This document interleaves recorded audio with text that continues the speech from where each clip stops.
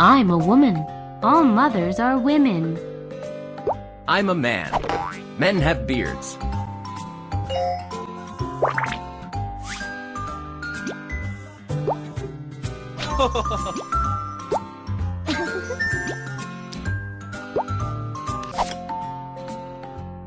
I'm a woman. Only women can carry babies. I'm a man. All fathers are men. Men's restroom. Women's restroom. I can't hold it. I have to go.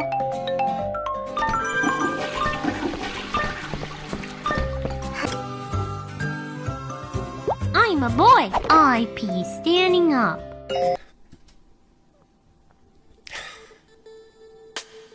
Hello everyone, I'm Hugo. So, this is Hugo and Jake. We're back to read the 11th chapter of Jordan Peterson's 12 Rules for Life and Antidote to Chaos. This chapter is Do Not Bother Children While They Are Skateboarding. You know, I thought maybe this was going to be kind of a boys will be boys chapter. Yeah, and he Right? definitely does touch he on does, that. Yeah. Right, for sure, but I thought that was going to be the focus. Turns out, he just waited until the end of the book. We have one more chapter after this. This is the penultimate chapter, other than the afterword. The coda, or whatever he calls it. But, turns out he just waited until the end of the book to lay out all this fucking crazy. So today we have so much to talk about. So much. I'm sorry for the length of this video. We've yet to record it, and I guarantee it's about 90 minutes. But, let's start with the ever-classic.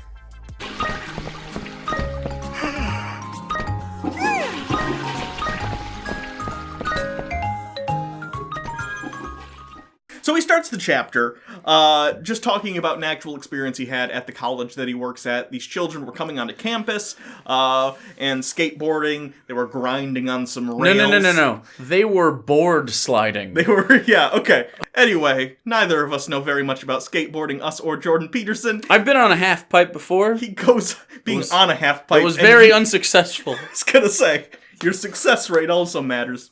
Anyway, he goes on to talk about this. Of course it was dangerous. Danger was the point. They wanted to triumph over danger. They would have been safer in protective equipment, but that would have ruined it. They weren't trying to be safe. They were trying to become competent. And it's competence like this that makes people as safe as they can truly be. No, wear a helmet when you skateboard, kids. Even if you fuck up, like that way you can fuck up more than once. I was gonna say, you learn through making mistakes and experience, but you don't have an experience if your brain is smashed all over the concrete. Even Tony Hawk is like, kids, wear a helmet. Jordan Peterson's like, no, you don't learn anything unless the possibility of dying is there. No, so competence is what was it? It makes you as safe as you truly can be. Sure. I guess in that, like, skateboarding requires competence to be safe while doing so. Yeah. But, like, it doesn't mean you have to do so unsafely to be competent. These things are not in opposition of one another. No. In fact, sometimes being safe while trying to do an unsafe thing, like wearing a parachute when you jump out of a plane, can very much lead to more experiences of the similar nature. Just wear a helmet. Wear a helmet. After a little bit of talking about that, he goes on to say, this didn't last very long. Little steel brackets known as skate stoppers soon appeared, every 2 or 3 feet along those edges. When I first saw them, I remembered something that had happened in Toronto several years previously. 2 weeks before elementary school classes started, throughout the city, all the playground equipment disappeared. The legislation governing such things had changed, and there was a panic about insurability. The playgrounds were hastily removed, even though they were very sufficiently safe, grandfathered re their insurability, and often paid for, and quite recently, by parents. This meant no playgrounds at all for more than a year. During this time, I often saw bored but admirable children charging around on the roof of our local school. It was that, or scrounge about in the dirt with the cats and the less adventurous children. I say sufficiently safe about the demolished playgrounds because when playgrounds are made too safe, kids either stop playing in them or start playing in unintended ways. Kids needs playgrounds dangerous enough to remain challenging. Okay. There's a little bit to unpack here. I think let's talk about first the part with the skate brackets that they put on so there's like fountains and stuff around the campus, and they put them there so you can't make a long-standing grind on them to dissuade people from doing so, because obviously it would be impossible to do so with them on there. Does he feel the same way about like homelessness protections around town, like where they don't let homeless people lay down and they put the spikes? Yeah, right. That's what I mean. My issue is mostly, surely, Jordan, you must understand that objectively, from a liability standpoint, the college cannot have kids. You self-admittedly say they're not wearing even helmets or anything, just going around on the campus property and potentially harming themselves, because that is a liability issue for the university, which you are employed by, which makes it a personal problem for you. And reducing litigations or anything of the litigious nature in regards to a university is a pretty across-the-aisle bipartisan thing. He's kind of trying to flavor this with, like, the left did this part, because he's on the right. Yeah. That sounds like conservatives and liberals alike would be like, well, you know, there are skate parks they could go to. There are skate parks. Yeah. Go to a place that's designated for skating, or even just a public park. They're at a university. Like, it's private property, even if it is a public university. Often these spaces are considered public-private in that they are technically public, but, like, you can't just loiter there if you don't have business, you know what I mean? Like, you're not supposed to just hang around for no reason, especially if you're just skateboarding on the property dangerously. Again, if you want to skateboard, do whatever, but do it at a place where it is designed for, at the very least, you're not going to either damage other people's stuff, like at the university, or create liability issues for them, like at a skate park. I just googled skate park near University of Toronto. There's 3 right here. You can't really see that, can you? Well, they're on the phone. Don't worry about it. As far as the playground equipment, see, here's the thing when Jordan Peterson brings up anything in regard to laws that have come to pass. He lied openly about C-16 so many times. I don't trust a word he says about any law, because he was literally just lying about that and saying... Did you look this up? No, I didn't, because he's vague enough that... What am I going to look up? Yeah. Playground laws? Exactly, that's what I'm wondering. I don't know. Like, okay, so what's did they get rid of all playgrounds in Toronto for a year? That seems like... I feel like I would have heard about that, but regardless, the kids, for whatever reason, whether it be true or not, based on Jordan's story, let's assume it's true just to talk about it. Sure. Okay, your kids went without a playground for a year. Normally, I feel like this would be a thing where Jordan Peterson would be like, back in my day, we didn't even have playgrounds. We were out in the ore fields. I'll tell you this, the elementary school I went to for all but 1 year of the elementary school that I had, there was an area that had a playground, and then there was just a blacktop area. Yeah. Half the time we would use the playground, half the time we'd just be on the blacktop parking lot, and they'd be like, go play.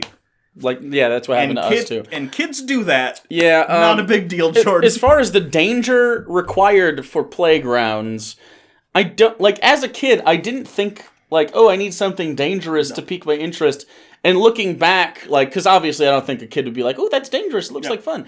Looking back, like, hindsight 2020 sort of thing, I wasn't seeking out danger. Maybe I'm not an alpha lobster like Jordan wishes I was. This next part touches on it. Yeah, but I mean, like, even so, he's going to say, like, it's a certain type of person that is a top lobster. He says a lot of facets that I have, minus the aggression. Yeah.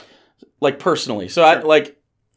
The skate stoppers are unattractive. The surround of the nearby sculpture would have been badly damaged by diligent board sliders before it would look as mean as it does now, studded with metallic like a pit bull's collar. But see, even here he's saying, like, over time, they would have damaged the things they were grinding on. And he mentions that it's damaged at the same time. Yeah. The large plant boxes have metal guards placed at irregular intervals across their tops, and this, in addition to the wear caused by the skateboarders, produces a dismal impression of poor design, resentment, and badly executed afterthoughts. It gives the area, which was supposed to be beautiful by the sculpture and vegetation, a generic industrial prison, mental institution, work camp look of the kind that appears when a builder and public officials do not like or trust the people they serve. The sheer harsh ugliness of the solution makes a lie of the reasons for its implementation. So silly. He gets into, a little bit later, and we're going to touch on this, I think right after this, he starts to call into question the motives of anyone trying to do anything to improve the world, because he uses this to try and shit-talk the left.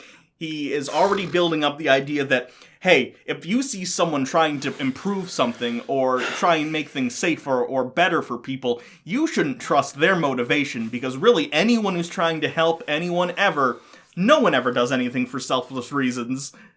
What? Jordan, just because you're an asshole doesn't mean everyone's an asshole. As far as like liberal versus conservative in that, like, again, from a litigation standpoint, it seems like that's pretty bipartisan. But from the implementation, that feels conservative to me. Am I crazy? I get what you're saying. Because we've seen this kind of thing, just don't do that. Why? Because I said not to, and then they slap bars on it. Whereas, like, usually you see in liberal situations, like signage first, maybe a rope chain that goes around it that's attached, so that it's difficult to grind, but it doesn't ruin the beauty of the thing or whatever. And then, I don't know, like, there are skate parks around. I'm sure those were not funded by super conservative people, right? No. Or at least not voted on to be funded for. So, yeah, I don't know. Like, I don't know why he uses this example specifically to branch into fuck liberals and all the things they try to improve because it's futile.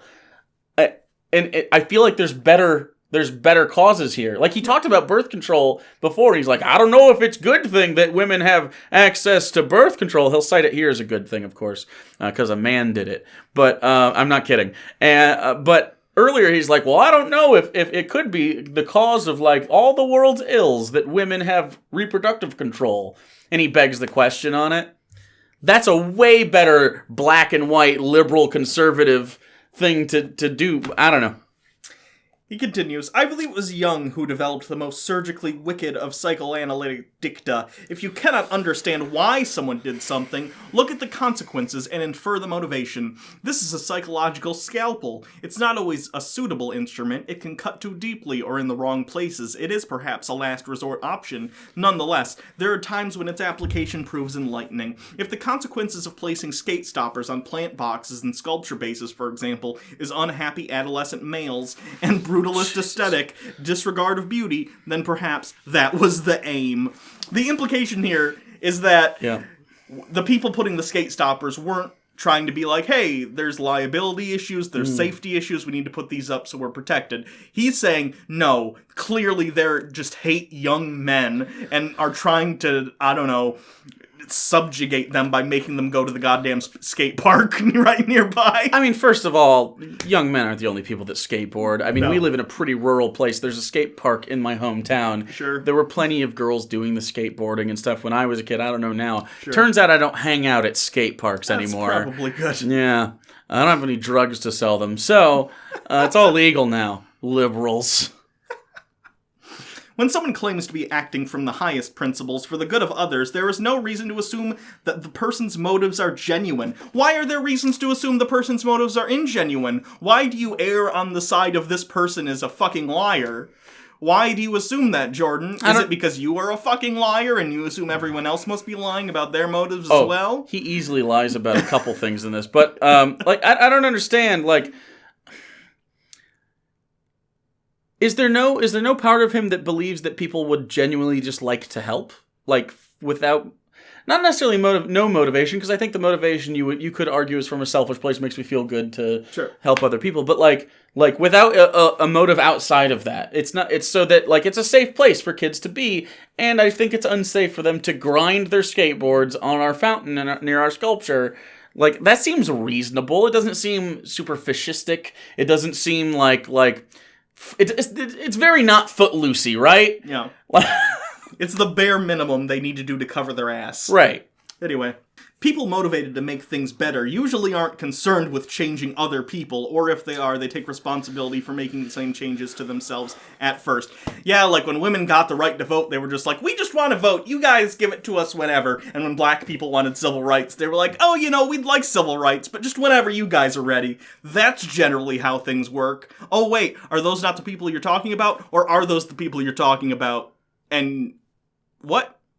What, Jordan? This sounds very... Anyone who has some sweeping, grand notion of what the world should be, you're one of them, Jordan. Yeah. You wrote a goddamn book. They have some sort of idea and they want to change people's opinions. Yeah. That's fine. You don't have to assume that person is evil for doing so. It's not evil to say, hey, I believe that what you are doing is perhaps hurting other people. Maybe look at it this way so that you can stop hurting people. This reminds me of when Boogie was like, you know, all those gay people looking for gay rights in marriage, have they considered how many people have died while they were looking for their rights? Maybe they should have waited another 20 years. No?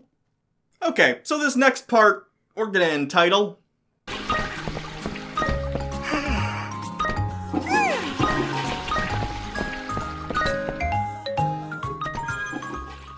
So, if you'll remember, there was a friend that he talked about earlier in the book, Chris. Chris makes a return here. Did you change? I took my jacket off. Oh. I don't exist in between cuts. Okay. Oh, Chris. Chris was the fuck-up friend with the shitty truck. You guys remember? You remember. And he was angry at the world or some shit, and he was very reckless. And Jordan Peterson, this is the same one that shows up high later, right? Yeah. If Jordan Peterson does not help his friends, Jordan Peterson thinks they should be self-sufficient. So let's hear more about Chris. You know what? My theory at the beginning of this was that he ended up being gay because of the way he phrases this, and I thought he was going to outright disown someone because they were gay. Whew, that would have been sweet. Anyway, he starts by talking about their exploits in school.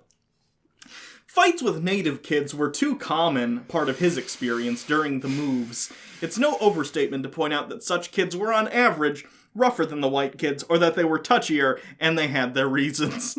Okay. At least he's like, they had their reasons. Yeah. Let me just throw out here. This is like the third time he'll bring up Native American children. Well, I guess first in Canada they call them First Peoples. He'll bring them up a couple times, and each time it's very yikesy. Yeah. So just prepare, I guess, for some more Jordan Peterson. Boomer shit. Getting real close to that line and just going, I'm not crossing it. I'm not crossing it. You ever had like a little brother who's like, I'm not touching you. Yeah, he does that, but with racism. When my friend Chris got into it with native kids, he wouldn't fight back. He didn't feel that his self-defense was morally justified, so he took his beatings. We took their land, he later wrote. That was wrong. No wonder they're angry.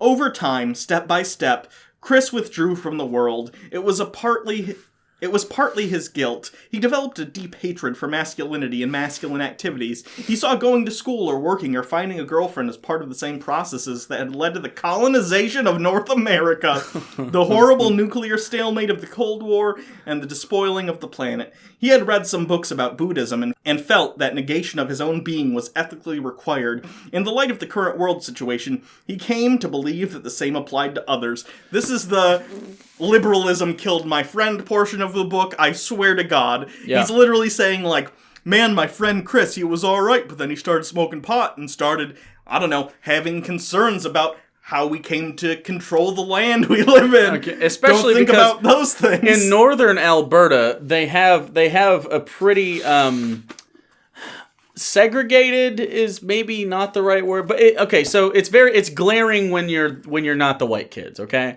And they have First Peoples around. I think he mentions the Cree and some other tribes I can't remember the name of. And I'd butcher if I tried to say them. There is. It's fine if you're like, hey, isn't it fucked up that we stole their fucking life? Like, we took everything from their culture and beyond and destroyed it for the sake of our own? Isn't that okay to talk about, Jordan?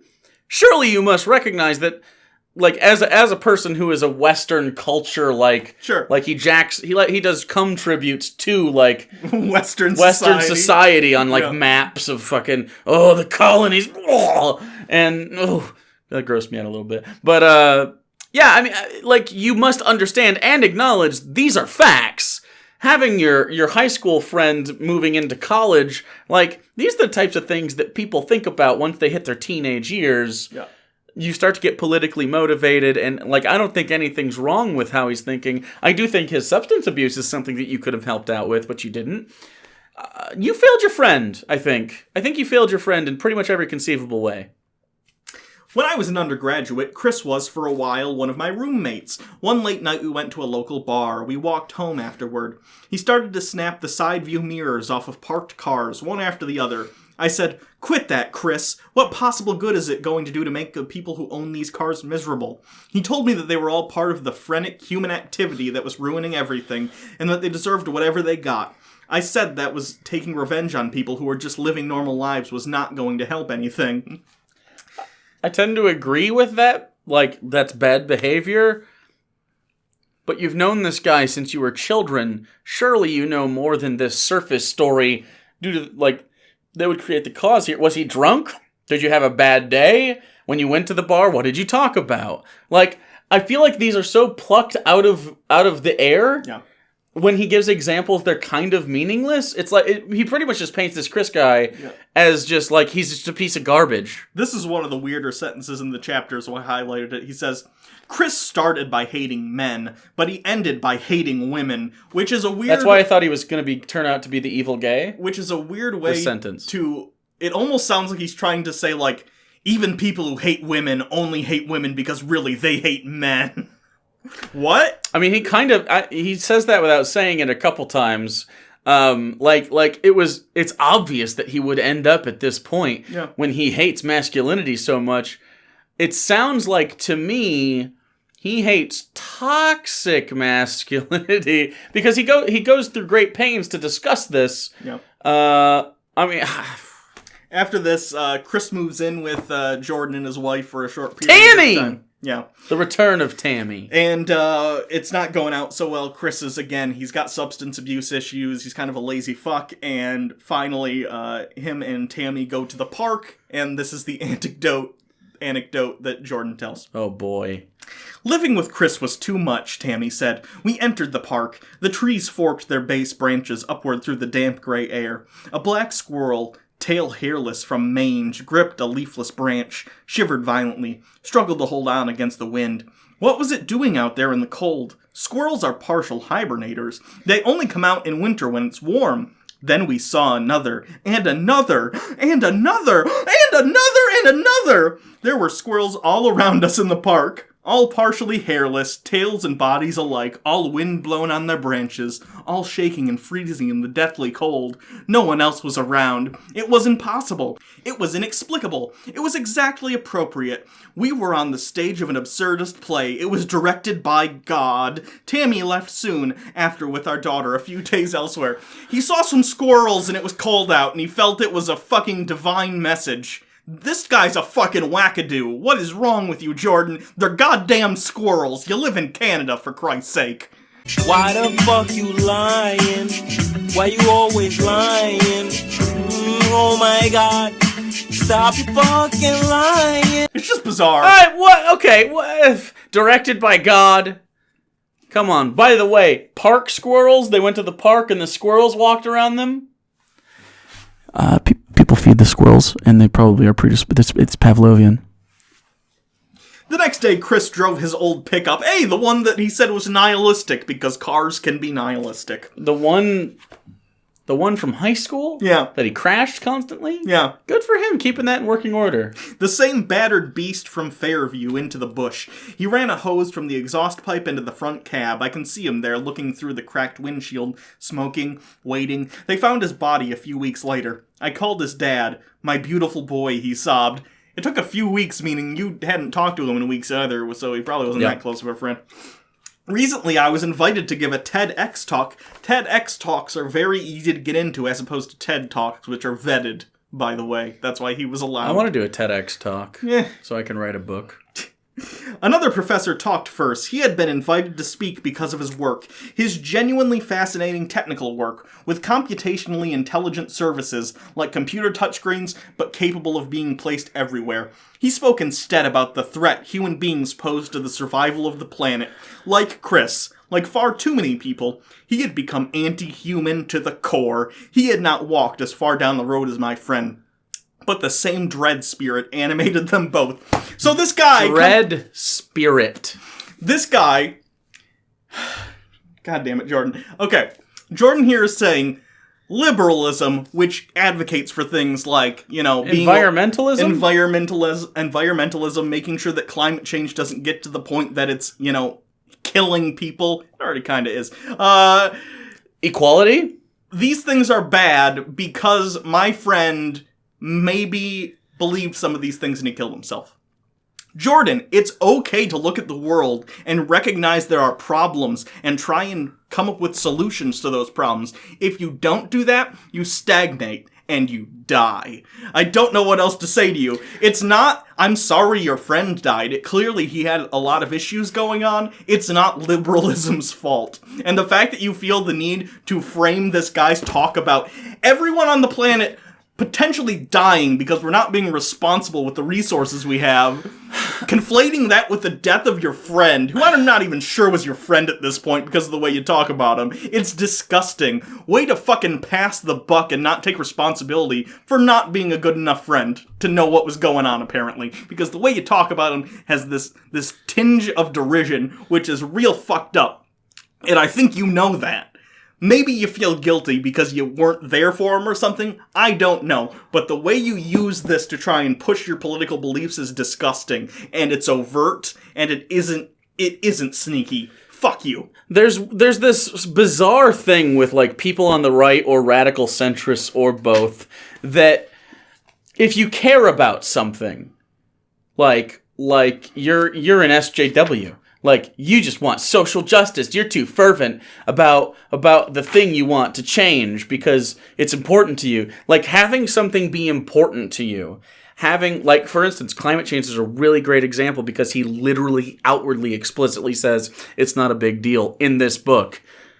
Climate change is one of those things where it's not about what we believe. It's about the fucking science. It's not like, do you think every liberal is like, you know what? I want to live in a world where I can't just have my ultimate amounts of luxury at all times, regardless of cost, because I can assure you, we all would like the ultimate amount of luxuries and disregard all the cost. The problem is, some of those luxuries are automobiles, the way we manufacture things, the types of things we buy when we manufacture, plastics, etc. The way we produce power. Yeah, all sorts of these things. These lead to climate change, and most of us are advocating for, hey, we should stop those things so we have a planet to enjoy the rest of the luxuries on. And the planet will be here, but we won't. The idea, like, they're like one strapping it through the fucking ideological playground, like, I don't care, I'm blasé, I'm cool, I'm the cool guy. Like, no, you're fucking not. You're part of the problem. This isn't good, this isn't healthy, this isn't... You say, like, oh, you gotta set your house in order before you can judge the world. No, motherfucker! You can do both! You can come inside and clean your house and go outside and pick up litter. You can do both things. It's good to set your house in order, but when it's on fire, maybe deal with that first. Come on! When the world is on fire. Like, my God. Honestly, I think it comes down to these people feel guilty about not caring about things and it being must selfish. Be something like that. So in order to justify that and not feel like bad people, they feel the need to lash out at people who do care about things and are trying to affect change. Fucking wild. Oh God. It gets worse. The boys who shot up Columbine High School, whom we discussed earlier, had appointed themselves judges of the human race, like the TEDx professor, although much more extreme. Jordan, you are literally judging the TEDx guy in the sentence you just said. Stop acting as if people making judgments is tantamount to fucking mass murder, you goddamn monster! He calls the TEDx guy and his friend Chris very akin to Dylan Klebold from fucking Columbine in this. How? How in the world do you write the sentence, don't judge people while doing it? And not realize you're doing the thing.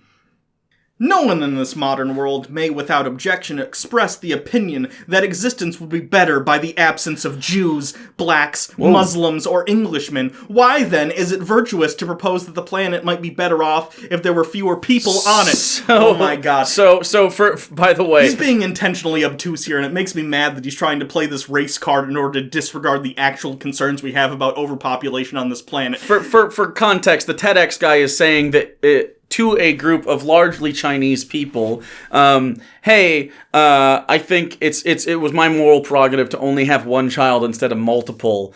because it would, there's just a lot of people and we have to reduce the amount of people. Yeah. And he brings up how Chinese people have already gone through mandated single-child households. He's like, he's not mandating it. He's saying, hey, I think it's our moral prerogative to not make more people than we need. Like, just, if you want a child and that will fulfill you, great. But maybe you don't need to have 2, 3, 4, 8 kids, right? And that doesn't mean there's a very big difference between gassing fucking Jews, enslaving and killing blacks, and not having a child. You can't pre-kill something. It just never existed. These are not the same things. Denying the existence of your possible offspring, even though just you fucking your wife could create an innumerable variation of one person because of the combination of your different DNAs, the way that structures between the egg and the millions of sperm cells that try to impregnate it. Like,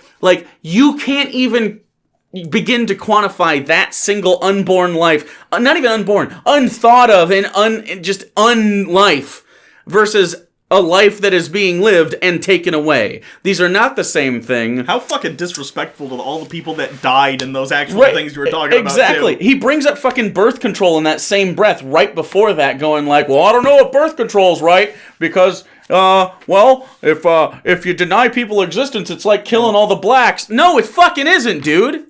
This is ridiculous. It's so irresponsible, and this is the type of content right here, specifically, that emboldens the people on the right that he's, like, confused about, apparently, and he doesn't understand why. Like, this is why people burn down fucking abortion clinics, dude.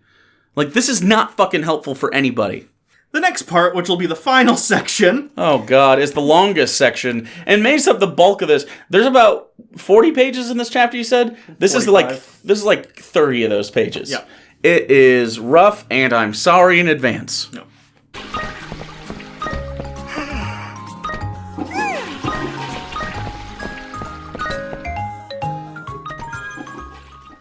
Girls will, for example, play boys' games, but boys are much more reluctant to play girls' games. This is in part because it is admirable for a girl to win when competing with a boy. It is also okay for her to lose to a boy. For a boy to beat a girl, however, it is often not okay, and just as often, it is even less okay for him to lose. Hey, Jordan? That's toxic masculinity. He'll go on this chapter and talk about how feminism is bullshit and stuff like that, but then agreeing with them. But he will, without irony, say things like that where he's like... He totally agrees. It's like he doesn't even understand that that's what they're talking about. Right. The fact that it is considered shameful in society... For a man to lose to a woman at a thing. Or for a man to be interested in a typically female activity. That's toxic masculinity. Right. That's what that is. Toxic masculinity is not, you are toxic for being masculine. Toxic masculinity is this! Playing with Barbies as a boy. I've done it. Got ridiculed for it by my father. That's toxic masculinity. Playing a video game. Choosing a female character. Getting ridiculed for it by my father. Toxic masculinity. Losing to a girl in a sport that requires physical prowess. That's toxic masculinity. Like, he states these things like... without being like, why is it this way? He assumes it is the natural state and therefore good. He agrees with feminism. Jordan Peterson is an SJW. I mean, that's just what it is, right? If anyone who agrees with toxic masculinity is an SJW, Jordan Peterson fucking is. See, the thing is, though, facts. I think he's saying this as it's a good thing. He's not. I think he thinks those things are fine. Oh, you mean it's fine to ridicule boys? Yeah. Well, what he's saying here, though, also is that if they do lose, they're ostracized. Yeah. And this is bad, so girls and boys shouldn't intermingle, and it's this whole thing. Maybe you should just treat them equally and not shit on boys for wanting to do girl things or girls for wanting to do boy things. I have no problem. Like, when we were kids, we had, mixed sports teams. So I grew up playing baseball, soccer, flag football, and basketball with girls, and it didn't ever come into play until high school when you start separating due to puberty. But like, this part's great too. This is the most out of touch boomer shit I've heard in a while. Yikes. Girls aren't attracted to boys who are their friends, even though they might like them, whatever that means. Okay, so all the incels just picked up their guns. Like, holy shit, Jordan. Whatever that means, a woman can just like you platonically as a friend because... Jordan, Oh. Women are people. Women are not people, okay? Women are things for me to stick my peeper in. That is a fact. If you've got a vagoo, boy, do I have a dick for you. Let's see. What are girls attracted to? Men. Manly, masculine men with lots of money. They are attracted to boys who win status contests with other boys. Okay, okay. All right. That adds up. I'm swimming in poon. If you're a male, however, you just can't hammer a female as hard as you would a male. Yeah, I could. Boys won't play truly competitive games with girls. It isn't clear how they can win. As the games turn into a girls' game, therefore the boys leave. Are the universities, particularly the humanities, about to become a girls' game? Oh. Is that what we want? Okay. First of all, begging the question with that is fucking ridiculous. Second of all, I played high school basketball with high school girls. The girls wanted to play with us a lot. I don't know that they ever won. Maybe they did. But some of the girls were really, really fucking good. So a lot of them were just shorter than us, which was kind of a very big determining factor in basketball. But we played softball with the girls too, and they smashed us. Yeah. So we didn't care. Maybe I come from the most progressive farm town of all time, but I'm going to probably beg to differ since they told racist jokes openly in class, and the teachers did nothing. So I'm just going to go on a limb and say, Jordan Peterson, you don't know how people are. I also think it's interesting that he brings this up as increasingly the idea that girls can't beat boys on an even playing field. They absolutely can. Is becoming increasingly outdated. Certainly, I mean, I'm not going to deny that there's a physical difference on average between men and women. Obviously, there is. And in sports and things of that nature, often there is obviously going to be a male advantage. But, kids don't... I don't know, how do I put this without sound?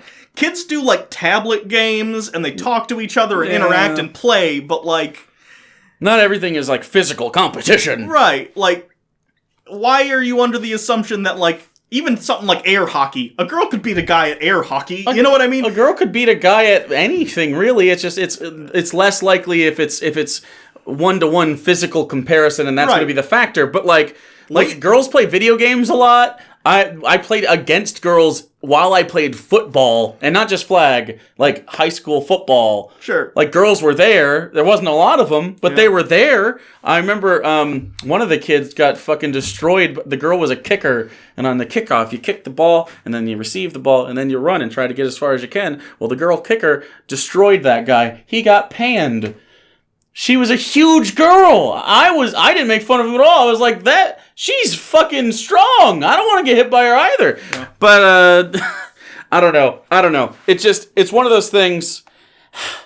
It annoys me to no end. He goes on to say, if you eliminate the so-called STEM, science, technology, engineering, and mathematics programs, excluding psychology, the female-to-male ratio is skewed. Oh, if you take out, half of the college majors that exist. All of the jobs.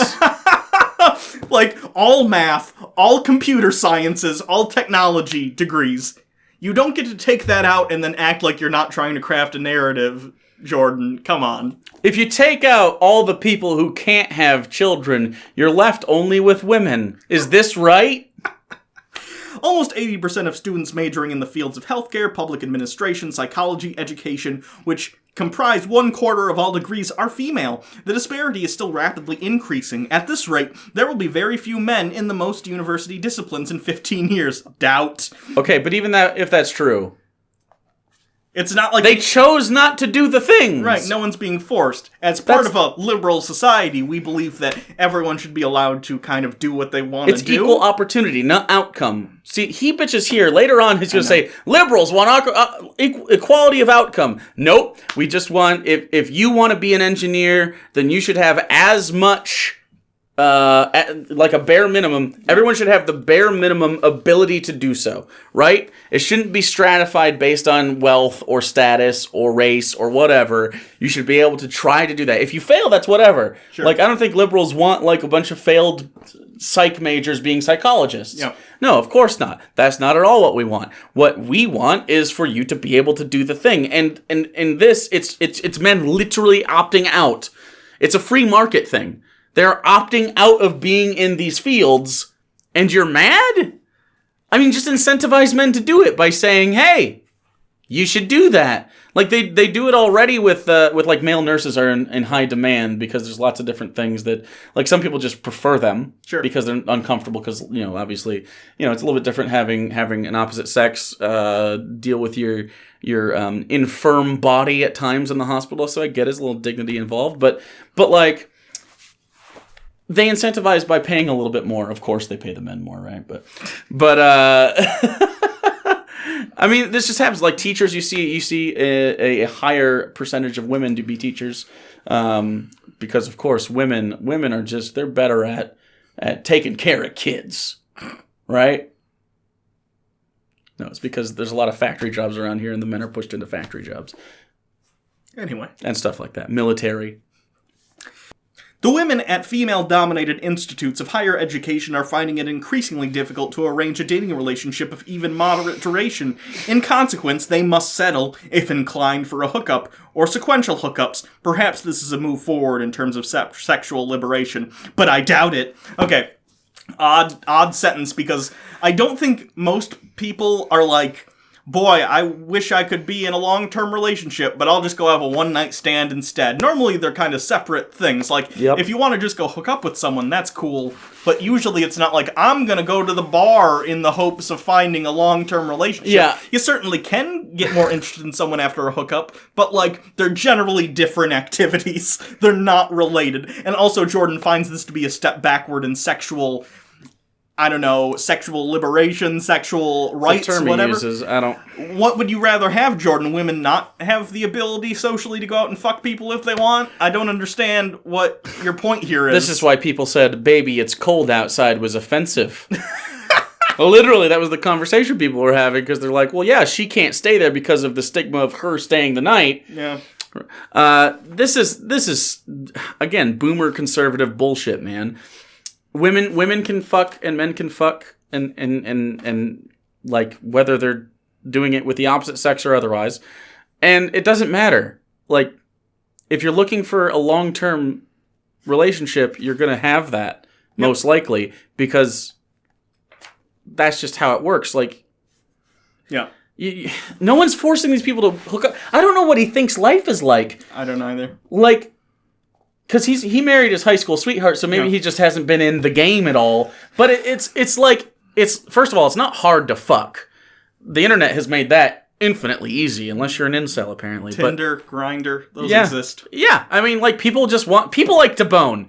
It just depends on your standards. Like, do you want someone that just wants to bone and that will bone many other people? Okay, if you do, then that's great, because as long as you're doing it safely, I have no fucking moral problem with it. But at the same time, it can be kind of a burden to have to fucking constantly try to do that, right?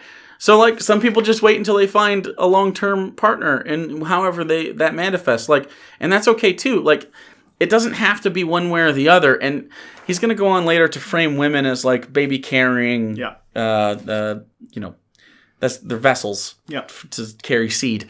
I think that might be the disconnect part, because that's not what's going to happen in most hookups, because they have access to birth control, and that's evil! When women hit their 30s, most of the top-rate female lawyers bail out of their high-pressure careers. Only 15% of equity partners at the 200 biggest law firms are women.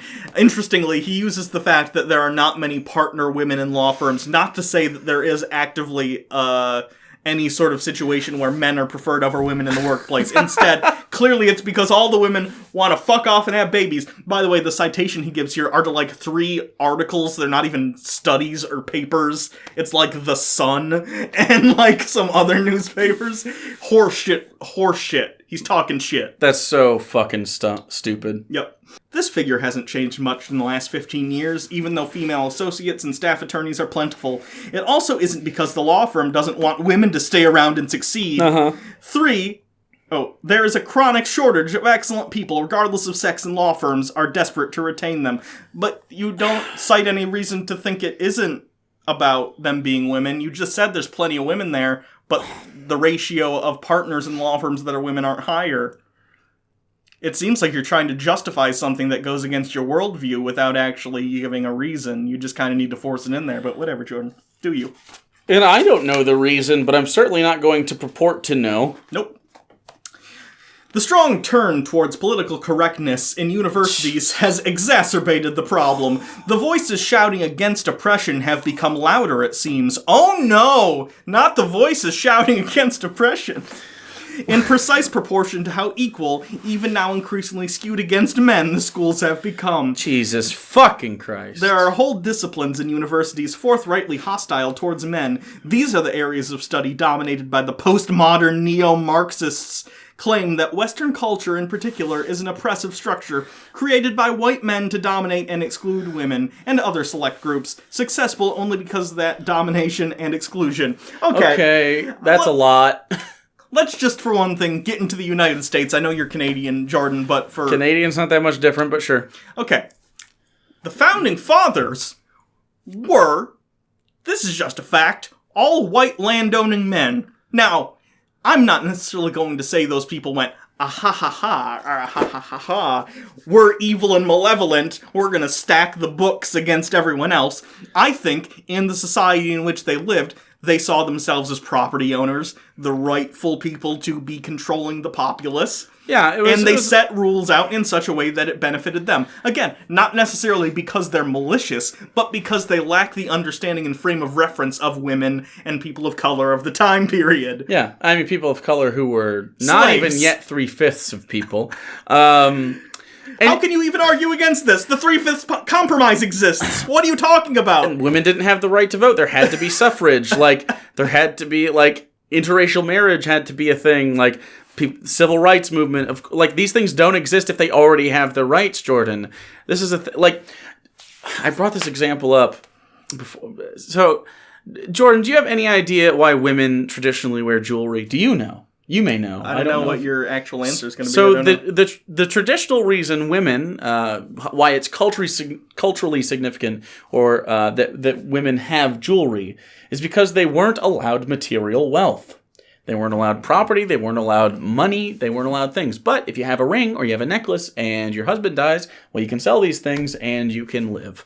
And that's the point. It's this kind of stuff. The fact that exists in our culture to this day, giving a diamond to a woman is not only a symbol of your love and devotion, of course, and most people don't realize what they're doing, but it was also a fucking insurance policy. To hand them to, a diamond, something valuable, that they could hawk if they needed to. We have so many inborn structures within our society. Women weren't allowed to own property for a long period of time. Exactly. And women had to have children or they weren't valued. This is... I mean, it's not just Game of Thrones that this is a thing in, where if you don't produce a son, you're not viable as a woman. Read the Bible. I know you have... in the Bible, it literally says women are worth half of a man as far as value is concerned. We've talked about it in our Bible and these study. these are the fucking foundational blocks of Western culture. The one that you fucking dog whistle all the time for. I can't believe you don't understand the actual materials this is built out of. It's clearly patriarchal, and that doesn't mean that I'm a bad guy, right? It doesn't mean I'm the bad guy. For being a guy, that's not how it is.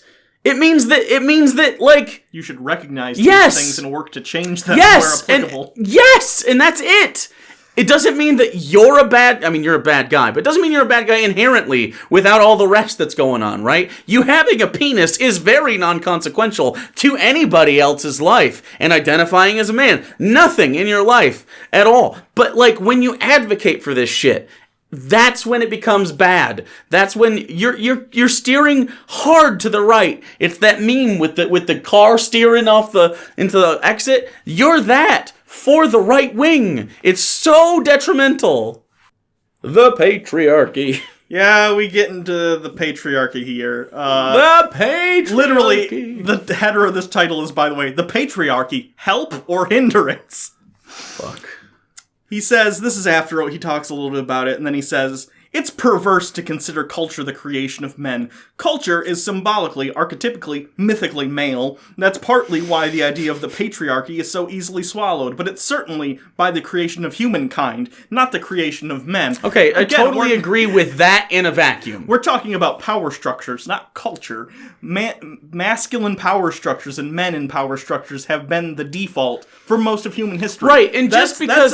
That's a demonstrable fact, Jordan. And it goes beyond it. Like, the fact that women, like, exist in that society and sometimes totally are complicit in it does not mean that it is inherently correct to do. Right. Right. So, there were definitely times, like, when we're out there foraging for food and women are having babies and incapable of physically getting food themselves. Like, yeah, this is where it's born out of, is this, like, 100,000 years ago. And we're still doing it today when there's really no reason to do so. And this is the point. Like, we have gone beyond. We have transcended the roots that make us human. They're in there, but we don't need them. It's like our appendix. It annoys me that he seems to frame this issue as any amount of participation in society is tantamount to equal representation and say in society, and that's not the case. He'll go on here to talk about, well, even though, they say patriarchy was such a thing, women were still out there participating in society, having babies, raising children. That's not what we're talking about, Jordan. It'd be like if I were to go back in time and talk to, like, a serf, and they're, like, I don't know, reaping wheat from their fields, and all like, oh, I hear you don't like the feudal system, bitch. Looks like you're still in it, You're supporting it. Like, that's not the point.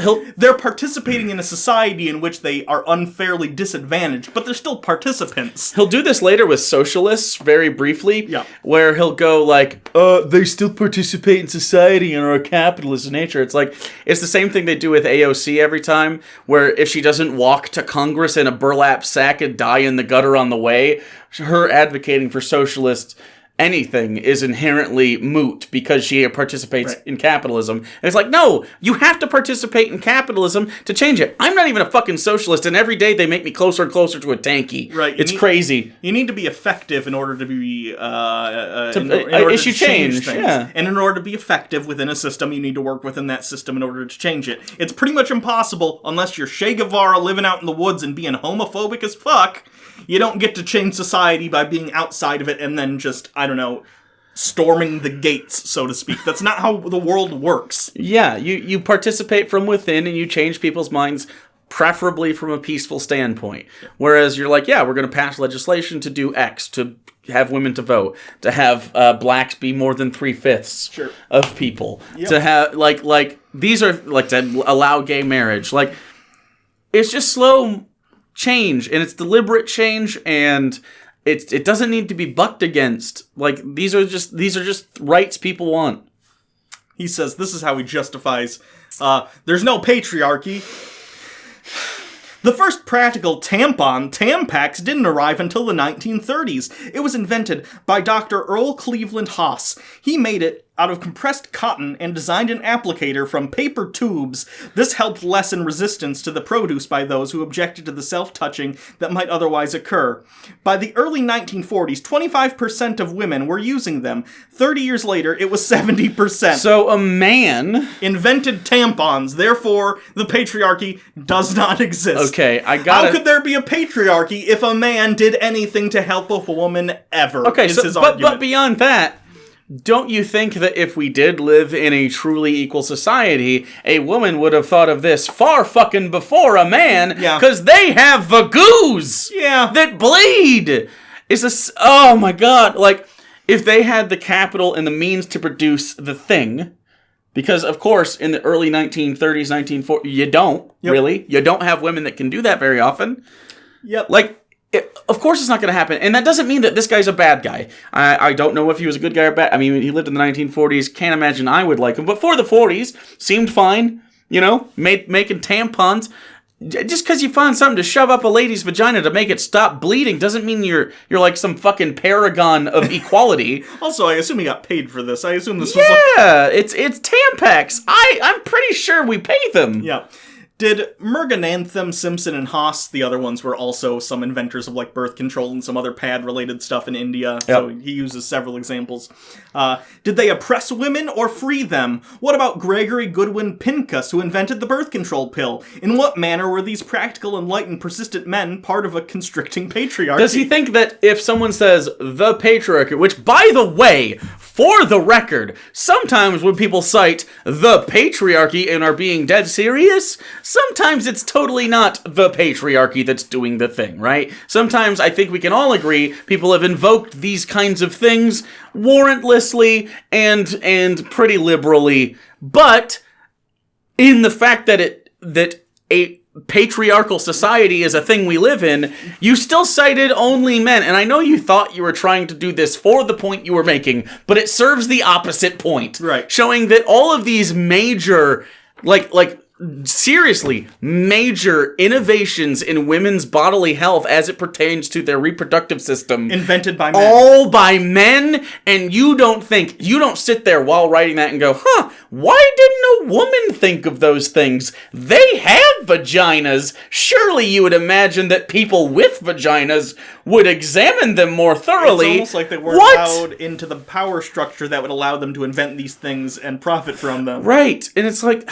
Again, patriarchy doesn't mean there's some cabal of people in robes in a dark room somewhere shitting on women. It means that we live in a society, many of the institutions of which were designed long ago by all men. Yeah. And again, it's not malicious, but those people didn't have the frame of reference of women of today or of their own time. And that's all it means. And that's okay. And it certainly doesn't mean that, so he cites 4 men that do this. Oh, you think the patriarchy exists because 4 men... Okay, first, like the patriarchy, the way that just think of the most feminist person you can think of. Sure. Think of the furthest left, super radical, wants to murder all men, right? Okay. Even in that scenario, that person doesn't think that every single man, every single one, wants to tread all over women. It's not the case. You frame it as such, and you think that all anyone with a penis is suddenly a member of this thing, but that's not what it is, Jordan. I don't know who he's listening to. I think he's listening to right-wing people describe the arguments from the far left. Yeah. And it's like, it's so frustrating. I want to shake him. Yeah. Like a baby. There are other serious problems lurking in the radical disciplines. Apart from the falseness of their theories and methods, he's talking about like women's studies and stuff like that, and their insistence that collective political activism is morally obligatory. I don't know if I'd say active political activism is morally obligatory, but like it is a moral positive, Jordan. Yeah. Again, don't stop putting apathy up on this pedestal like you're a better person for not giving a shit. You're not. I'm not going to say you're a bad person, but you're neutral at best. Being apathetic is not something to celebrate. Okay? I don't personally think... Okay, so if you have colleges, right, and they push a certain rhetoric... Sure. And whether it's a conservative or liberal thing, as long as that thing is positive, I think we can agree that might be a good thing to advocate for. Now, I guess Jordan Peterson disagrees with anything liberal because it's got the L in front of it. But, like, I don't know, I'm trying to think of a conservative thing. Like, okay, so kids in high school being told by a conservative teacher, hey, although... not totally good because you should go into the science of it and why and stuff. But like, hey, don't have unprotected sex. Yeah. Don't have sex. Like, please, I would really appreciate if you guys, we're just fucking all the time. Like, that is technically a conservative view, like to rein in your sexuality, but it is by no means bad advice. It's just maybe incomplete advice. Sure. But I don't think like people are going to rail against a teacher going like, hey kids, don't fuck all the time. Yeah. People would, on the other hand, say, hey, fuck as much as you want, but do so safely. Right? Even though I think that's probably the correct answer. But There isn't a shred of hard evidence to support any of their central claims that Western society is pathologically patriarchal. Again, I would say... Like, just history in general. Yeah. Like, I don't know what to tell ya. it's so, like... I mean, fuck, even, like, and in the United States, the current makeup of Congress, is it 50% men and 50% women? No, then it's not representative of their constituents. Right, and that, like, that's kind of it, and you could... Maybe he'd argue that, like, oh, well, then more women should opt into politics. It's like, well, a lot of women just don't get voted for, but beyond that, like, think of the greatest people in history. How many of them are women? And how many of them are women, and them being women is not the main part of their story. Joan of Arc. Joan of Arc. Yeah, that's who I think of. Pope Joan, who didn't even really exist. Oh, fuck. I forgot her name now. Madam...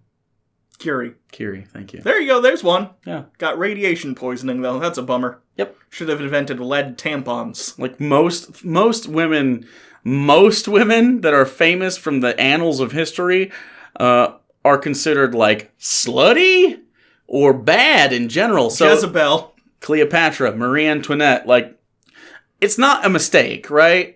Like, there are definitely some, and I'm sure you could think of them, but the fact that you have to think of them is the same thing with, like, there's enough, don't force your diversity in my movies. It's like, if you're citing Ellen Ripley, it's been too long, I think.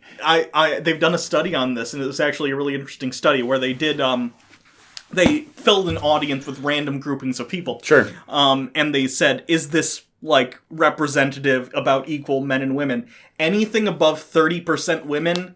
Basically everyone except for women was like, too many women. Yeah, right. They perceive it, even though it was equal. At 50%, they will consider it a vast overrepresentation of women. Was that the same study that, like, if a woman talks more than 25% of the time on screen, they dominate the conversation? That wouldn't shock me. I don't know if it's that same study, but there's a study, I think it was 25%. Sure. If a woman talks 25% of the total time of a runtime of a thing, she dominated the conversation. It's crazy. Yep.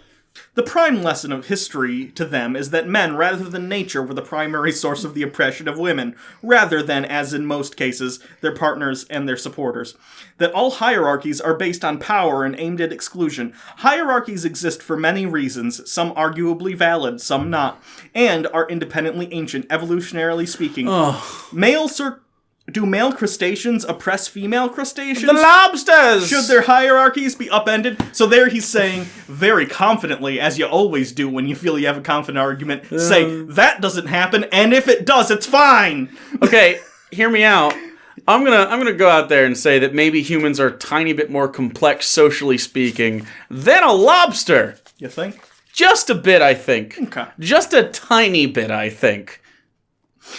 Thus, only is the state supporting one-sided radicalism, it is also supporting indoctrination. We do not teach our children that the world is flat. Neither should we teach them unsupported, ideologically predicated theories about the nature of men and women, or nature of hierarchy. Again, Okay. Jordan does this thing where anything he disagrees with, he says is propaganda.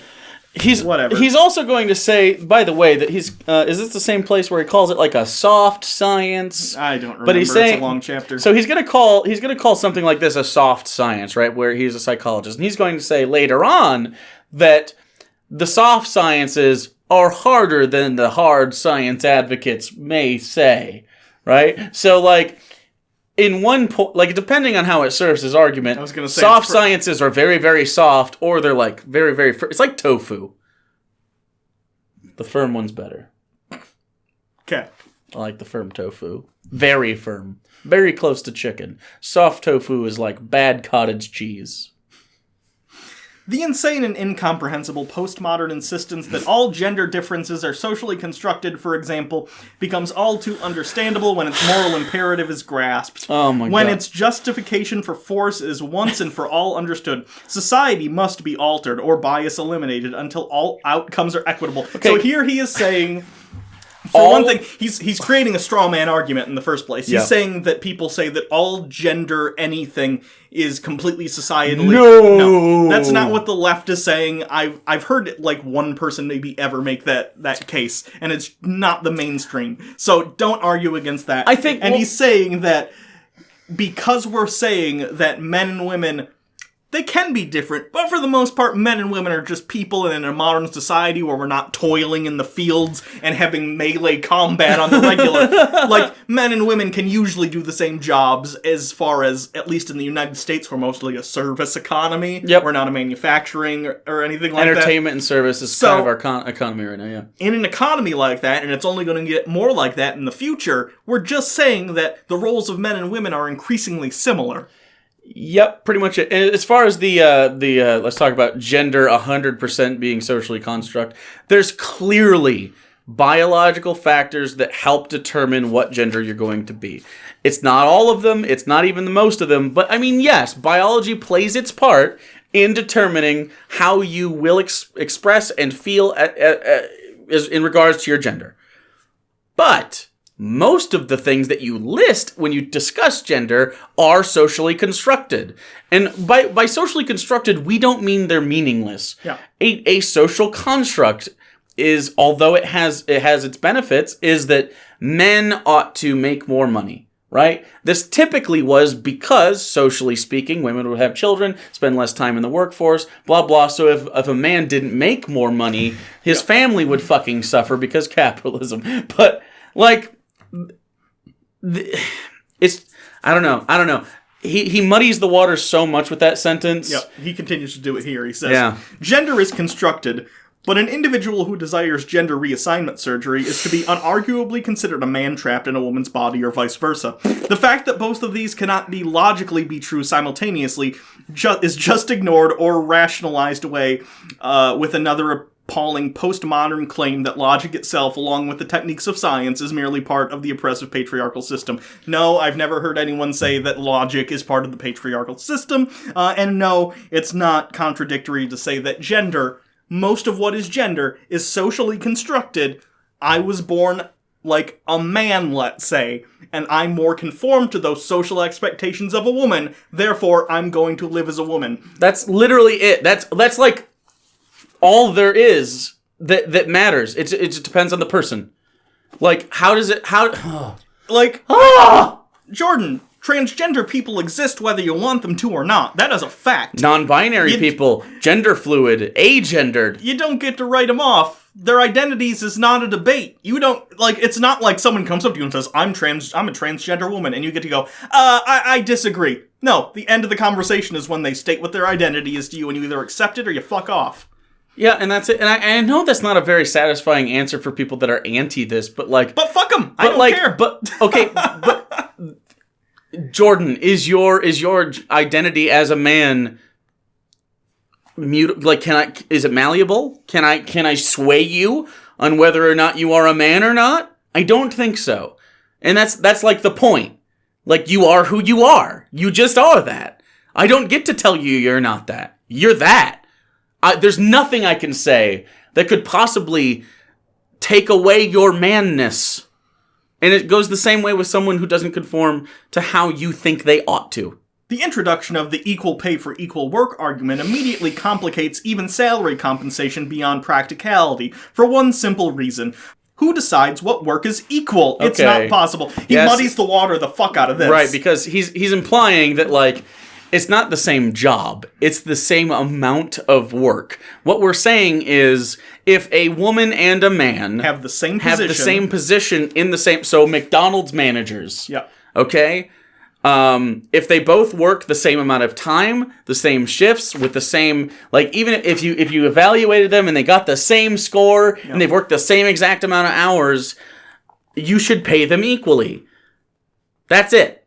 It's not if a manager at McDonald's and a manager at a 5-star restaurant, they shouldn't get the same pay. Clearly, the one at the 5-star restaurant probably has more on their plate. They're not doing the same job, even if on paper it says manager at a restaurant. It's not the same thing. No, nor is it the same thing if the kid across the street mows my lawn versus the landscaper that does the White House lawn. We're not paying them the same amount of money. It's very different. Again, on paper, lawnmower. He muddies the waters in order to try and derail the entire argument. Right. Annoying. He also brings up disability. Are you going to read that? I didn't have it marked. He brings up disability right after that. I'll just discuss it. We don't have to read it. It doesn't matter. He'll bring up disability and say, so how do we determine even who is disabled? Is a person with a parent who has Alzheimer's disabled? No! Their parent is disabled! Disability does not mean you have negative factors working against you in your life to be productive. What it means is you are physically or mentally unable to work a full work week. That's it. By however you determine a full work week to be. And right now we do a 40-hour work week, 8-hour shifts, I believe, and you have to be able to lift a certain amount. That's what disability is, like actual defined workforce disability. This is what annoys me about people like Jordan who continually beg the question. Yeah. You could have found this... You could have found this answer, Jordan. You could have looked this up. But you're just trying to muddy the waters and make the conversation more difficult to have. It's obnoxious, and it's dishonest. Yeah, and if I were to challenge him on this, like say in a debate, which I hope never happens because I don't want to be there, he would say, like, well, wouldn't you agree that someone who has an Alzheimer parent is at disadvantage? Disadvantage is not disability. Oh, do you think they're not of the same ability to do a job that someone else is? In a vacuum, they're totally the same. Like, yeah, if they can, like, again, having like things around your life that make things difficult, like living really far away from your job, is that a disability? Fucking no. The next section, boys into girls. Yep. It has become a tenet of certain kinds of social constructionist theory that the world would be much improved if boys were socialized like girls. Now, I'm going to explain what people actually mean by this. Yep. All that they are saying is, hey, doesn't it seem odd that when girls get dirty or get into trouble, we scold them and try and correct them into a certain way, but when boys do something like that, get into fights, get dirty, do whatever, we say boys will be boys. Shouldn't we have a more equitable treatment here and maybe treat boys in such a way that we don't teach them to solve their conflicts with physical violence? That's pretty much it, yeah. I'd say there's some other facets to it as far as, like, boys aren't supposed to cry when they get hurt or whatever, and if they, like, and girls can cry, they're allowed to be sensitive. Girls can't like pretty things like flowers and Barbies and dresses and shit like that, whereas girls can. Girls shouldn't be doing the... like the sports with the boys or whatever, and they shouldn't be jostling around and getting dirty, whereas boys can. I mean, you guys know it. You guys were raised probably in America or a similar place, since we don't speak other languages. And yeah, it's just... It seems pretty obvious what people mean when we talk about this kind of thing, where they're just like, hey, it's not really constructive. And like again, we were raised by very similar father figures. Yeah. I'm sure each of them has their pros and cons in relation to one another, relative to each other, but very similar. We have a lot of consistency here, and I would say we both grew up in a situation where a lot of these. What our gender expectation were pretty toxic at times. Like, whereas, like, I'm trying to figure out how Jordan missed the boat on this one. He didn't. He's just being dishonest as far as I'm concerned. I think he's just... You think so? I think he's just... Totally dishonest, yeah. Yep. I mean, it could be. It's just my opinion. Yeah. Those who put forth such theories assume first that aggression is learned behavior and can therefore simply not be taught, and second, to make a particular example, that boys should be socialized the way that girls have been traditionally socialized, and they should be encouraged to develop socially positive qualities such as tenderness, sensitivity to feelings, nurturance, cooperative, and aesthetic appreciation. None of those things are bad things to teach boys as well as girls. None of them. And also, there's a difference between saying... No one is saying that... I would believe that absolutely testosterone makes males more aggressive. Absolutely. Inherently. But what you need to do in that case is say, if they get into a fight, say, no, you don't solve your problems with violence. Instead of saying boys will be boys, just let them fight and work it out. Right. You actually intervene and parent like you're supposed to. Yeah, and this is the in the same way, like... Boys tend to be aggressive, especially when blossoming into adolescence due to puberty because you have an explosion of testosterone.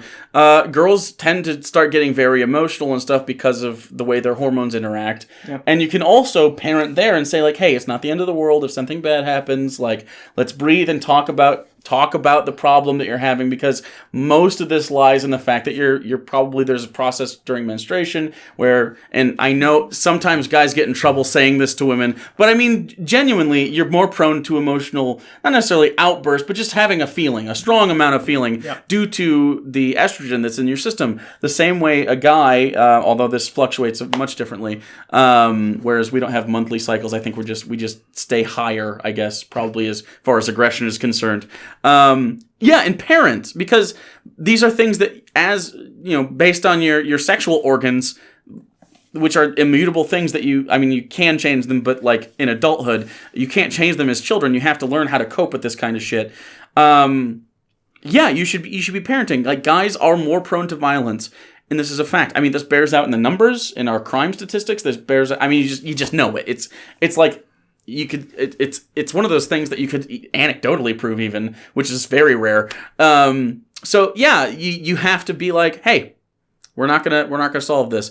I'm surprisingly not that aggressive, considering I like all the other things he lists that boys should like. Which I'm happy for. But I remember my dad. Maybe you had this similar conversation where if another boy hits you, you punch him fucking hard and you beat him up. Like, did you ever have that conversation? Because I certainly did. My dad didn't have enough conversations with me Fair. to have that even be a thing. Fair. He said. I got told to, like, fucking physically harm people if they stepped up to me, which I have only done 3 times in my life, and all of them were not me starting it. So, twice my brother, which barely counts, right? So, I don't know why Jordan, who would say he's a good parent, and he talks about it all the time in this book, would ignore the part, like, probably the 2 most important parts, specifically because he has a boy and a girl. Your hormones and your moods are going to be affected. Like, please parent these kids. He then goes on to talk for a while about different ways boys can get fucked up. The example he gives is what he calls the Oedipal mother, which is an overbearing, smothering mother who basically takes care of everything for their child to such an extent that as they grow up, they are unable to do things on their own and unable to take responsibility. Think helicopter parent. Sure. Although, apparently, he uses Oedipal here without the fucking connotation, which is strange. Yeah, that's in the Freud. Oedipal complex is a thing. Well, yeah, no, from Oedipus Rex, yeah. I know things. The terrible mother, as appears in many fairy tales and in many stories for adults. Ugh. In The Sleeping Beauty, she is the evil queen, Dark Nature herself, Maleficent in the Disney version. The royal parents of Princess Aurora failed to invite this force of the night to their baby daughter's christening. Thus, they shelter her too much from the destructive and dangerous side of reality, preferring that she grow up untroubled by such things. Their reward? At puberty, she is still unconscious. The masculine spirit, her prince, is both a man who could save her by tearing her from her parents and her own consciousness, trapped in a dungeon by the machinations of the dark side of femininity. When that prince escapes, and the princess, the evil queen, too hard, she turns into the dragon of chaos itself. The symbolic masculine defeats her with truth and faith and finds the princess, whose eyes he opens with a kiss. I don't think when Disney, and I understand that Sleeping Beauty predates the Disney version, but he's specifically talking about the Disney version, so that's what I'm going to talk about. It's the only movies he's ever seen, apparently. It lists all of them. I think the moral of Sleeping Beauty was mostly like, hey, don't just trust creepy people when they come up to you. That's the moral of a lot of older Disney movies, like Snow White. Like, hey, don't trust old women with apples. Like, I know it's a little more metaphorical than that, but Jordan reads so far into it that he starts to make up his own shit. You know what I mean? Like, I guarantee not a single soul at Disney was like, oh, her sleeping is a stand-in for the darkness and femininity. You're making this shit up, Jordan. No. Stop. I just, like, for some reason while you were reading that, I was just thinking, think about how mad he'd get if they did a lesbian Sleeping Beauty. Right?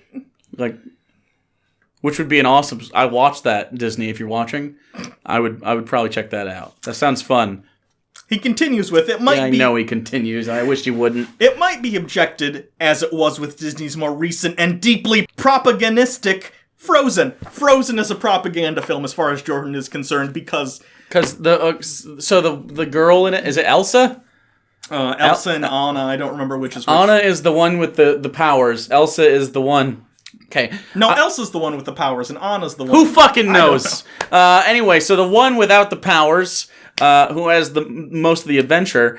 First she's like, gonna be married to the guy, and she really wants to be married to the guy, and then finds out he's a Joffrey, and doesn't want to be married to the guy, and finds out, I don't need no man, but like... And the love she finds is the love of her sister, the familial, platonic... Yep. And that's fine. And I don't think, is Sven supposed to be her love interest? Yeah, at the end they say they're dating, but they're not married or anything. They're just in, like, a normal modern relationship. Right, and so, like, that's bad. Also, I think he cites Brave later on, because she don't want no man, which she doesn't need one.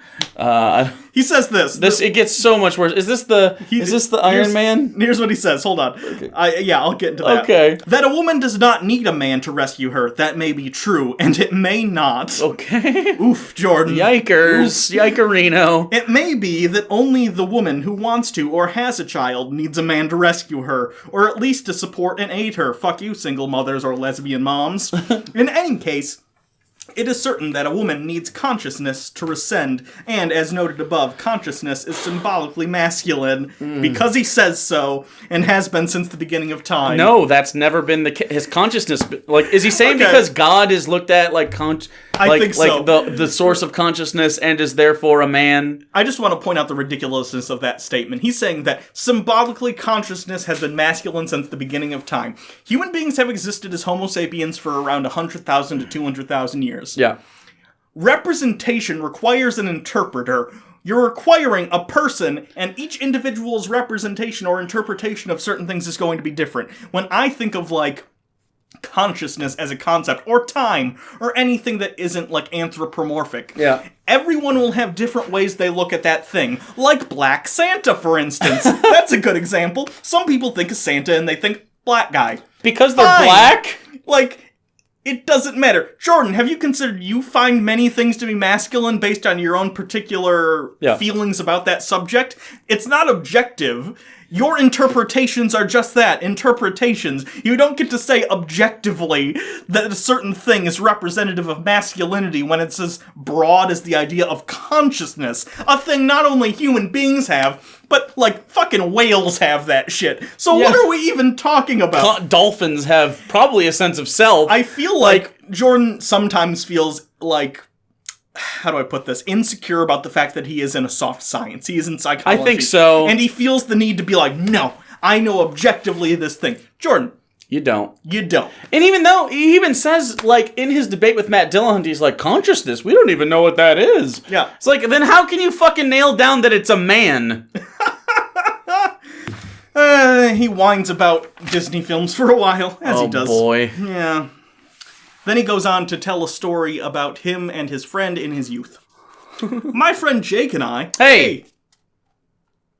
Were about to come to blows, pushing each other around near the pitching mound, playing Sounds like baseball. me. Ha, boys will be boys. When my mom walked by, she was a fair distance away, about 30 yards, and I could immediately see by the change in her body language that she knew what was going on. Of course, the other kids saw her as well. She walked right by. I knew that hurt her. Part of her was worried that I would come home with a bloody nose and a black eye. It would have been easy enough for her to just yell, "Hey, you kids, quit that!" Or even to come over and interfere, but she didn't.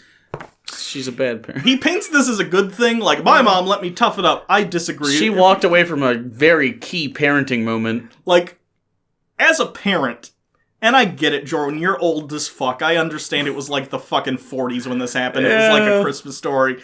I'm being hyperbolic, but you get the idea. But today, as a modern parent... It's a good idea to teach your kids not to resort to violence, because that creates violent adults. It teaches people that might makes right, and that's not good. Nope. The next section is called Toughen Up, You Weasel. Oh, I'm sure this will be fine. Oh, boy. Here's a story he tells about working on a rail crew. Boy, oh boy. Not too long after I started working on a rail crew, my name was changed to Howdy. This was a great improvement. Oh, this was because earlier when he was on the rail crew, they named him Howdy Doody after the puppet.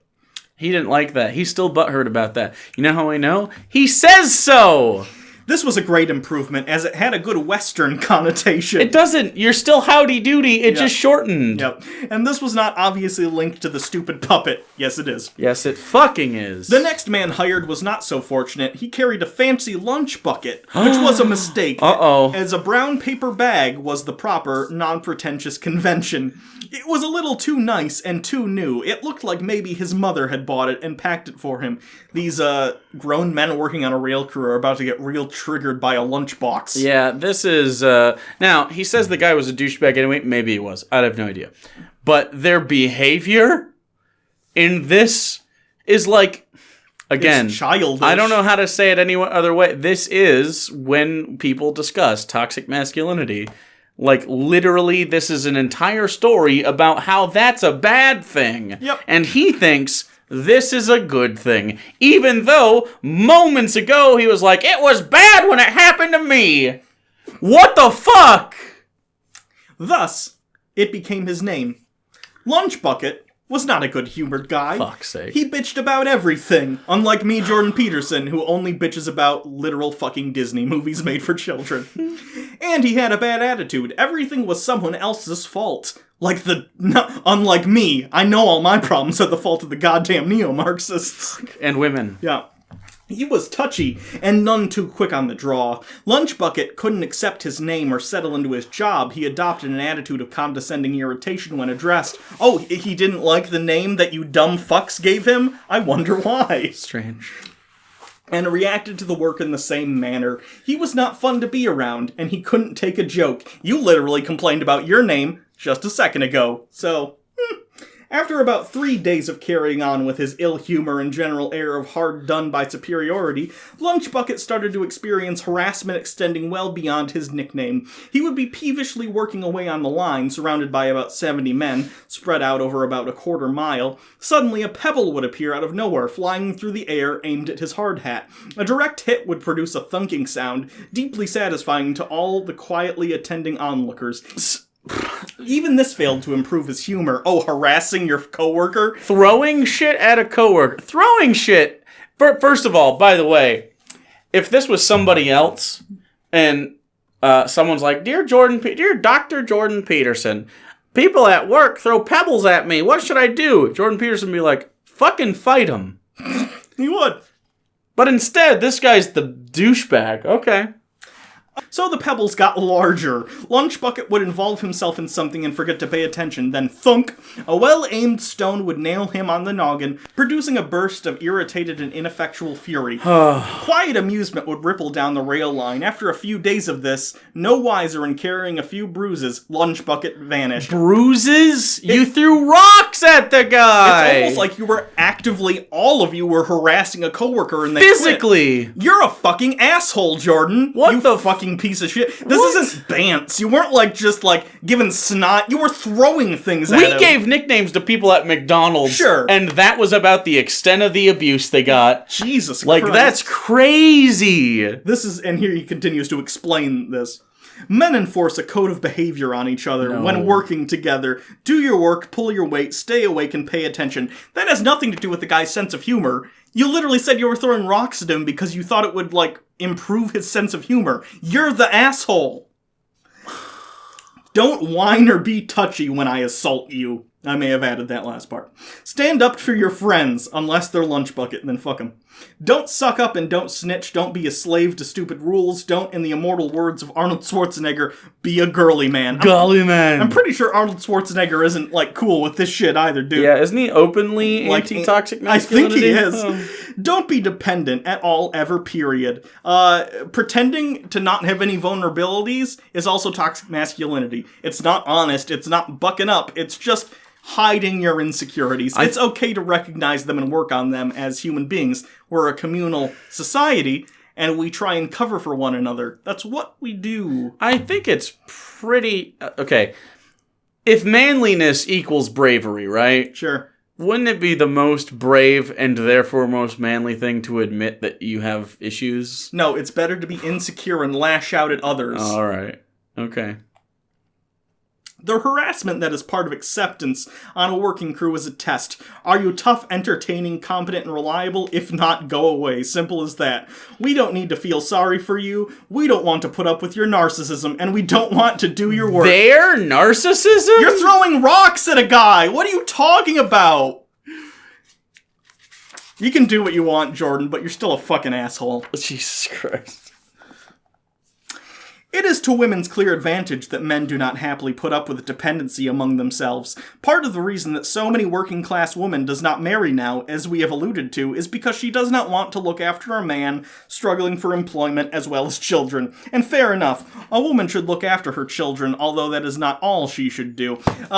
He makes this as an example of why he thinks the marriage rates have gone down. The marriage rates have gone down for varying reasons. The economic situation and the stagnation of wages being a huge part of it, I would imagine. Mm-hmm. Also, people aren't forced into marriage by society. Boom. You ever That's notice that baby boomer humor is so much about like, haha, I hate my wife? It's because these people were forced into marriages by society with people that they met in high school, and they fucking hate them. They've learned to tolerate them, but like my father and mother, I get the sense that they don't like each other very much, and they're essentially roommates that have to put up with each other. You notice that shit? I don't spend a lot of time at your house, but yeah.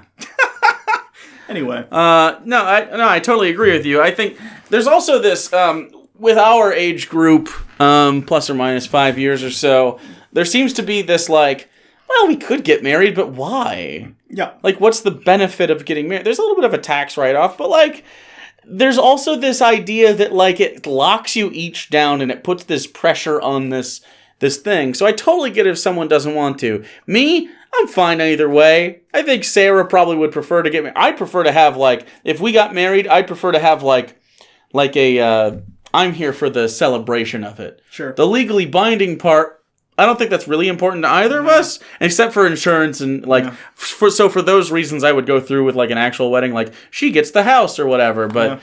Like, other than that, like, or people that have children and stuff. I was going to say, it's just cheaper to write up a will, honestly. Yeah, right. And so, yeah, it's just makes a lot of sense if you're going to actually spend a certain amount of time with someone. But, like, these people used it as, like, a purity test. Like, oh, well, we won't have sex until marriage. Oh, I'm married, so I'm, like, a status now. Yeah. I can move into the gated community. Like, it's very strange. It's not a thing for younger people. It just isn't. No. It is for this reason that Nelson Muntz of The Simpsons, he's the one that goes, ha ha, I did a real bad impersonation. He's the bad guy, a lot of the time. Why he is so necessary to the small social group that surrounds Homer's anti-hero son Bart. Without Nelson, king of the bullies, the school would soon be overrun by resentful, touchy Millhouses, narcissistic intellectual Martin Princes, soft chocolate-gorging German children, and infantile Ralph Wiggums. Boy, he knows his Simpsons. Also, those people still exist in the school, so I guess Nelson's doing a bad job. He then goes on to talk about how Muntz is a corrective, self-sufficient kid that even Lisa falls in love with at one point on the show. The episode where she falls in love with him, it turns out he's not as big of an asshole as we thought. They humanize him in the show, which is why she ends up liking him. Not because he's an asshole, as Jordan likes to put here. I don't know a lot about Simpsons. Yeah. You will once, it's all coming to Disney+. I'm not still gonna watch it, I don't care. Cha-ching, pay me. When softness and harmlessness become the only consciously acceptable virtues, the hardiness... Okay, wait. Harmlessness and softness. The only... acceptable virtues. What? Determination, I would consider. Honesty. Yeah. Which sometimes can be very tough. Virtue in general. Being a virtuous person. Someone with a... selflessness. Yeah. Like charity. Yeah. Being a good host to people, like taking care of people, like standing up for the infirm or people who can't stand up for themselves. Like, there's lots of different things that are valued by the left that I know you're decrying right now that I think you would agree with for the most part. Confidence. Yeah. Non-narcissistic confidence. Yeah, preferably. There's tons of virtues and that people have that transcend both of those by wide margins. He says, when softness and harmlessness become the only consciously acceptable virtues, then hardiness and dominance will start to exert an unconscious fascination. Partly what this means for the future is that if men are pushed too hard to feminize, they will become more and more interested in harsh fascist political ideology. Fight Club, perhaps, the most fascist popular film made in recent years by Hollywood. Wait. With the possible exception of the Iron Man series, provided a perfect example of such inevitable attraction. Whoa. What? Okay. First of all, Fight Club. I get the Anti-fascist. I get the impression that he didn't understand Fight Club. Yeah, I don't think he did at all. I don't think Chuck Palahniuk was like, yeah, go blow up the world. Like, the main character in Fight Club, Tyler Durden, is the bad guy. Project Mayhem is bad. Is he saying that, right? that, like, they're bucking against the man, and that's anti-fascist? Which would be fascist? I don't know what he's thinking. I think he just didn't get the point of the movie. I think he doesn't understand that Brad Pitt's cool. The thing therefore, does he think anything happening on screen in a movie is immediately like you condone it? He must be very confused by horror movies. Dude, why is this why is this advocating for the murder of teenagers while wearing a hockey mask? American Psycho must confuse the shit out of him. Sure. Just like it does Conservapedia. Can we talk about how fascistic Iron Man is? I assume he's saying specifically because it involves the character of Tony Stark taking up the mantle of a superhero and taking the law into his own hands. But, like... Is that's fascism? That's vigilantism. That makes every superhero a fascist. That's every superhero. And you can talk about the, like, fascist implications of, like, Batman, for instance. That's been done before. Sure, but is it, though, if it's not a regime? I don't know. I think... one-man fascism is just a cunt. Right? Like... I guess. Right? Like, that's not like he's not putting people in gulags. Yeah. Batman, I don't know, like, and he doesn't go against non-criminals, like all the people that Batman beats up, even though you could make an argument that his I don't know, maybe his strict lawful nature is fascistic in some ways, like if he had total power, but he doesn't, and they all break the law. Most of the people he puts away are murderers. I don't really understand, like... Iron Man is escaping for his life from a terrorist group. And that entire first movie is dealing with that. What's the second movie dealing with? Someone who's trying to change how people's bodies work? Or is that number 3? That's 3. Oh, 3. 2 is Whiplash. Number 2 is Whiplash with that guy we tried to give a career back to. And he was like, nope, he punted it right back. Yep. Didn't want it. What was his name? He was in The Wrestler. Yep. That's, you know the one. You see him. He's on screen. He wants his bird. He wants his bird. Last page, birds. If they're healthy, women don't want boys, they want men. They want someone to contend with, someone to grapple with. If they're tough, they want someone tougher. If they're smart, they want someone smarter. They desire someone who brings to the table something they can't already provide. So all women want men that dominate them. Not a true thing. I agree with him in the sense that Has he met a Jewish woman? I think I agree with him in the sense that women want someone to challenge them. Oh, in the sure. same way that men probably do. No. In the definitely. same way you want any partner to be roughly on par with you in many aspects. I get it. I think most people want a partner that...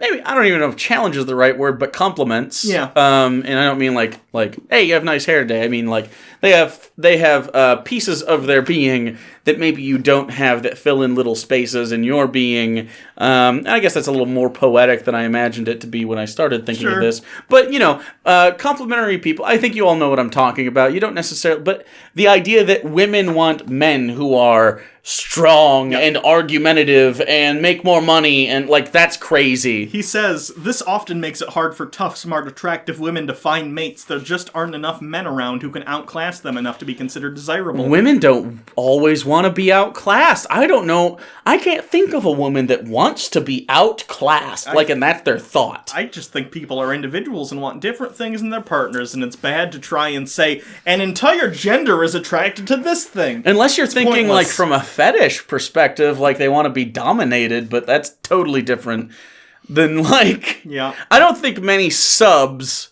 like in a real sub-dom relationship, also want that dom to, like... be an asshole. Mistreat them outside of that part of their relationship? Christian Grey. Sure. That. Anyway. It's anti-human. desirous of failure, jealous, resentful, and destructive. No one truly on the side of humanity would ally him or herself with such a thing. That thing being, boys being told not to hit each other, I guess. Yikes. No one aiming at moving up would allow him or herself to become possessed by such a thing, and if you think tough men are dangerous, wait until you see what weak men are capable of. Leave children alone when they are skateboarding.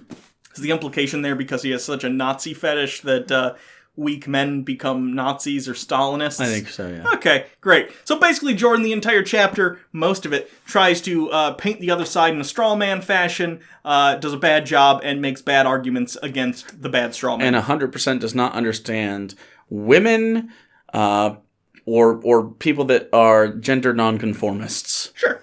Boy, oh boy, was this a bad chapter. And long. This was like the longest chapter, I think. I think it was too. If it wasn't, it's very close to the other one. Luckily. Oh, God. We only have one chapter left. Rule 12. Okay. Have I been saying the chapters beforehand? Yeah. Yeah, okay. Pet a cat when you encounter one on the street. That is good, right? And it's only like...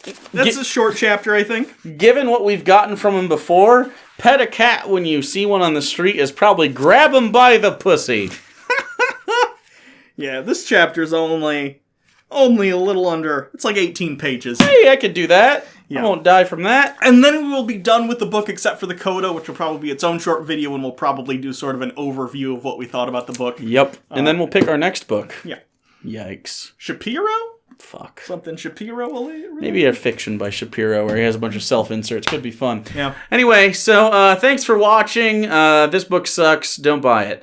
You can follow me at Papa Bird Jake on Twitter. You can follow Hugo at Hugo Reloaded. You can subscribe. I had a brain glitch. You can subscribe to the channel if you want. You can also support the show on Patreon. There's a link to that in the description. Indubitably, if you'd like to see me read this in its entirety... as we go through it, you only got a chance for one more chapter, possibly the coda, but I read these live on stream at twitch.tv/actualjake. I just did it today before we recorded this. So yeah, that's a thing. You can also check out some of my solo stuff over on Unpopular Culture. Over there, I've been doing some Twilight Zone reviews, some Doctor Who reviews. They're very good. Oh, that's good. So, I guess that's it. Oh, P.O. Box. Yep, send us stuff. We have items. Like someone sent us those VHS tapes over there. This isn't a VHS, but That's it's the closest to me. That's a coloring book? My pretty pink Bible sticker purse. Yeah, so if you want to be featured on the show, all you gotta do is send us something dumb. Sticker books are just coloring books for lazy kids. Yeah. Did I make that joke when we got this? Probably, but it still holds true. Anyway, until next time, I'm Hugo. I'm Jake. This has been Jordan B. Peterson on Hugo and Jake. Oh, God. We're almost done. Be gone, Kermit. Why the fuck you lying? Why you always lying?